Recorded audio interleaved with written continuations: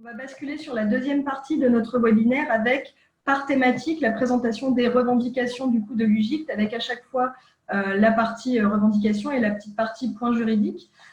Premier sujet et première revendication, chacun doit avoir le choix, chacun s'organise comme il veut et je passe la parole à notre avocat pour un petit point juridique sur le sujet. Oui, merci Ranja. Oui, donc cette partie qui s'intitule « Chacun doit avoir le droit et le droit et chacun doit s'organiser comme il le veut », elle est importante parce que la question du choix, elle est au cœur du régime juridique du télétravail et des deux conceptions du télétravail qui s'affrontent au sein de ce régime juridique.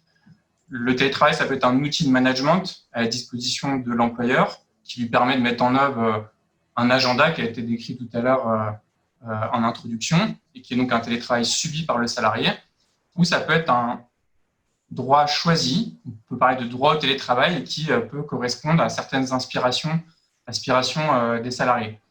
L'état du droit positif aujourd'hui, qui se base sur plusieurs textes, il se situe quelque part entre ces deux conceptions. Il penche, c'est vrai, un petit peu plus vers la première conception aujourd'hui, celle qui est défavorable aux salariés, à la suite des différents textes qui sont succédés, et notamment le dernier, c'est-à-dire les ordonnances Macron du 22 septembre 2017. Auparavant, il y avait un texte important qui était l'ANI du 19 juillet 2005, puis l'entrée dans le Code du travail du télétravail, de la notion de télétravail, à la suite de la loi Warsmann du 22 mars 2012. Alors, en fonction de ces différents textes qui encadrent le télétravail, on distingue deux périodes, l'avant et l'après ordonnance Macron de septembre 2017.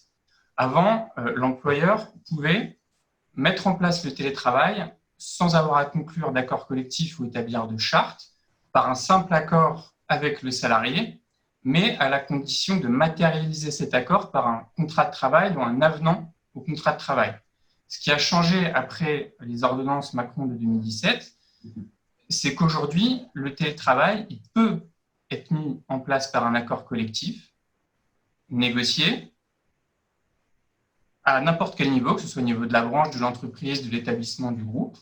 À défaut, il peut être mis en place par une charte unilatérale de l'employeur, après avis du CSE s'il existe.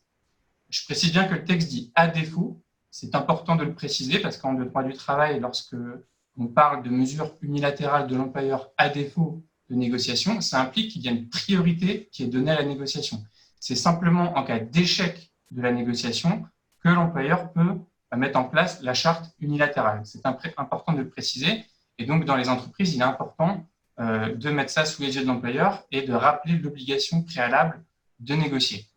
Et la vraie nouveauté des ordonnances Macron, c'est que en l'absence d'accord collectif ou de charte, il est possible de recourir au télétravail de gré à gré entre l'employeur et le salarié, mais sans nécessairement le matérialiser par un avenant au contrat de travail.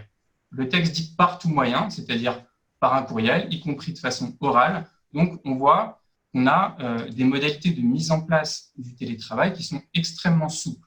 Alors, cette souplesse, elle est tellement grande pour l'employeur qu'on peut se demander quel est l'intérêt pour l'employeur de négocier et de conclure, puisqu'il a ces deux autres facultés, la charte unilatérale et l'accord de gré à gré, pour mettre en place le télétravail. C'est vrai, on peut légitimement se demander quel est l'intérêt pour l'employeur. C'est d'ailleurs la difficulté de ces textes en droit du travail un peu mous, qui ne donnent pas de vraies obligations à l'employeur. Ceci étant dit, les arguments que l'on peut avancer dans une négociation, c'est que si l'employeur souhaite mettre en place et généraliser, ou en tout cas étendre le télétravail dans son entreprise, un accord le rendra plus attractif pour les salariés dès lors qu'il l'encadrera plus fortement. Et d'autre part, autre argument important, c'est qu'un accord qui va prévoir des mesures précises sur un certain nombre de points qui seront abordés plus tard va limiter, y compris pour l'employeur, et ça c'est intéressant pour lui, les risques contentieux. Puisque le principe du télétravail, c'est le volontariat, l'accord des deux parties, cela implique que l'une des deux parties peut refuser la proposition de l'autre. Le refus du salarié, lui, n'est pas motivé. En revanche, le refus de l'employeur est motivé et doit être motivé par écrit. Et jusque-là, le contentieux sur le refus de l'employeur d'accorder le télétravail aux salariés, il était assez limité. Il était il s'est cristallisé sur un cas particulier qui était le refus de passage en télétravail pour les salariés qui avaient une préconisation de la médecine du travail de passer en télétravail. C'est à peu près les seuls contentieux, en tout cas un peu de masse, qui existaient sur cette question. Mais aujourd'hui, avec l'essor du télétravail qu'on va connaître, la question du refus de l'employeur et de la qualité de sa motivation pour refuser aux salariés de passer en télétravail, elle risque de déboucher sur un certain nombre de litiges extrêmement importants. Et les critères de passage en télétravail, qui doivent être objectifs et non arbitraires, dès lors qu'ils sont fixés dans l'accord et qu'ils ont recueilli l'assentiment des organisations syndicales signataires, elles vont protéger les deux parties de litige. Donc ça, c'est important et c'est un argument fort pour inciter à la négociation et à la conclusion d'accords. Donc ça, c'est pour le télétravail normal, avec ce principe du double volontariat et en pérenne normale. Il y a un focus que je voudrais faire, c'est sur le télétravail qu'on a connu depuis le mois de mars, qui est le télétravail en cas de circonstances exceptionnelles, puisque le Code du travail, à l'article 1222-11, prévoit qu'en cas de circonstances exceptionnelles, notamment de menaces d'épidémie ou en cas de force majeure, la mise en œuvre du télétravail peut être considérée comme un aménagement du poste de travail rendu nécessaire pour permettre la continuité de l'activité de l'entreprise et garantir la protection des salariés. Donc ça, c'est une mesure dont vous avez sûrement dû entendre parler et qui a été massivement mise en œuvre depuis le 16 mars dernier et le confinement. Sauf que 6 mois plus tard, cette faculté de recourir au télétravail en cas de circonstances exceptionnelles, elle pose de sérieuses questions et de sérieux problèmes, puisque l'effet premier de cette forme de télétravail, c'est qu'elle est imposée sans l'accord du salarié et qu'elle se fait de façon totalement improvisée, c'est-à-dire sans toutes les garanties qui peuvent exister par ailleurs lorsqu'il y a un accord protecteur. Donc la question qui se pose, c'est quelle limite dans le temps à cette notion de circonstance exceptionnelle, puisqu'on voit que cette situation de menace épidémique est partie pour durer. Et l'autre question qui se pose, c'est qui décide de ce qui constitue ou non une menace épidémique. Les pouvoirs publics, ce qui semblerait plutôt logique, ou bien l'employeur, ce qui est beaucoup plus problématique, puisque cela lui laisse une marge de manœuvre extrêmement forte. Et aujourd'hui, les textes sont très mal rédigés par rapport à cette situation, et il risque d'y avoir un problème qui va se faire de plus en plus grand avec le temps qui passe, et on verra émerger des litiges à ce sujet. Le texte qui avait introduit ça, ce n'était pas les ordonnances Macron, c'était antérieur, c'était la loi que j'évoquais tout à l'heure, qui était la loi Warsmann de mars 2012. Donc on était bien avant le coronavirus, mais on était après le H1N1. C'était en réaction à ça, donc il y avait déjà une réflexion sur ce sujet. Mais ce texte prévoyait initialement qu'un décret devait préciser les conditions et les circonstances dans lesquelles on pouvait mettre en œuvre ce télétravail imposé. Sauf que ce décret qui devait être pris n'a jamais été pris. Et aujourd'hui, on est dans cette situation de flou où on ne sait pas dans quelle situation on peut mettre en œuvre. Alors, dans un premier temps, au moment du confinement, ça a été assez clair, puisqu'il y a eu un certain nombre de fermetures administratives, et ces sociétés qui étaient visées par des fermetures administratives, il y avait une forme de logique à mettre en place le télétravail imposé, d'autant plus qu'il y a un certain nombre d'injonctions publiques de mettre en œuvre le télétravail, même si les traductions dans les décrets qui ont été pris n'étaient pas toujours claires. En tout cas, il y avait dans les déclarations publiques du ministère, sur le site du ministère, l'idée que le télétravail était la norme. Pour autant, à compter du 22 juin et du protocole national de déconfinement, dans les communications officielles, il était clairement indiqué que le travail n'était plus la norme, mais une simple préconisation. Donc, on se retrouve dans cette situation de zone grise où, d'une part, l'employeur peut unilatéralement imposer le télétravail.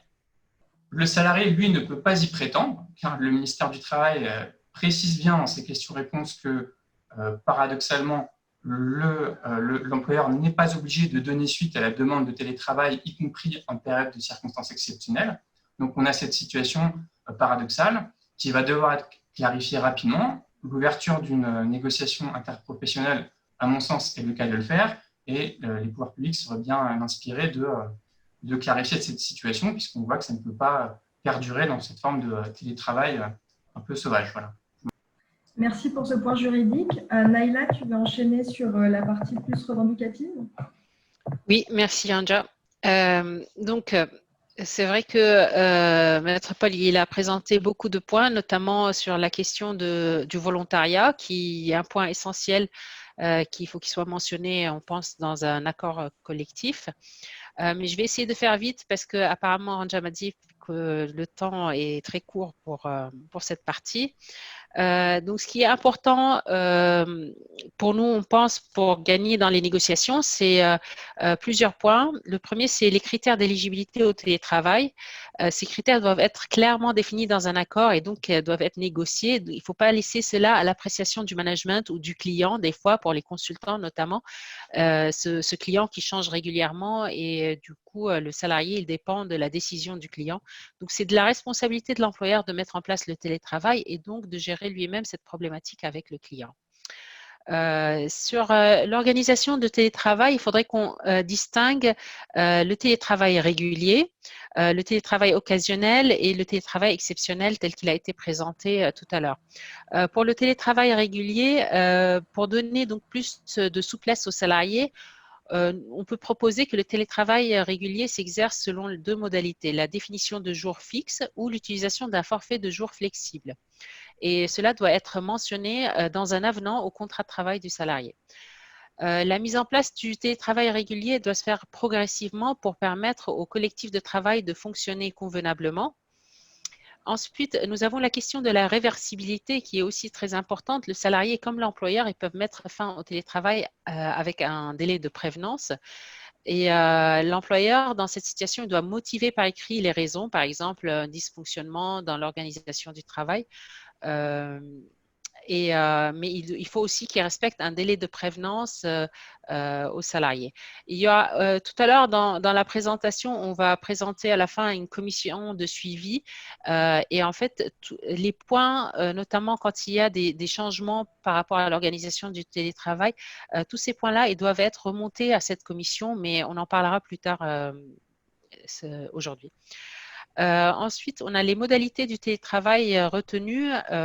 Elles doivent être précisées dans l'avenant donc au contrat de travail, c'est-à-dire le nombre de jours ou les demi-journées travaillées par le salarié, les périodes de disponibilité, les modalités d'exercice du droit à la déconnexion, on va détailler plus tard, les prises en charge des frais professionnels et les conditions de réversibilité.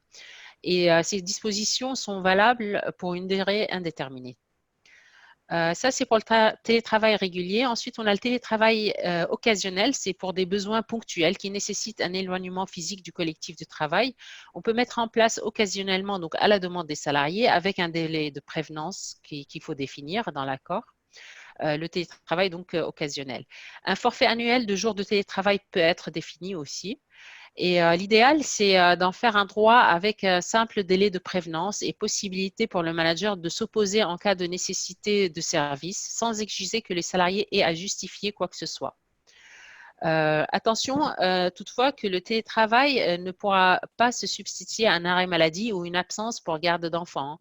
Parce que des fois, il y a tendance aussi certains employeurs à demander aux salariés qui ne peuvent pas venir pour cause maladie de travailler de chez eux. Et enfin, le télétravail exceptionnel, et ça a été présenté donc tout à l'heure. Donc, c'est l'employeur, il peut imposer ce télétravail aux salariés en cas de circonstances exceptionnelles ou de force majeure. Ce qui est important pour nous, c'est d'essayer quand même de gagner que même en cas de circonstances exceptionnelles, ce télétravail soit sur la base de volontariat. Si un salarié ne peut à domicile obtenir des conditions de travail qui lui permettent de réaliser les tâches demandées, peut-être proposer un tiers-lieu ou un maintien sur site par l'employeur ou sinon un chômage partiel. On a vu que pendant la crise, il y a des salariés qui ont dû travailler de chez eux dans des conditions très compliquées parce que l'employeur ne voulait pas recourir au chômage partiel, par exemple. Ce serait bien aussi de définir très précisément les circonstances exceptionnelles et de définir une durée maximale qui soit la plus courte possible. Voilà, je m'arrête là.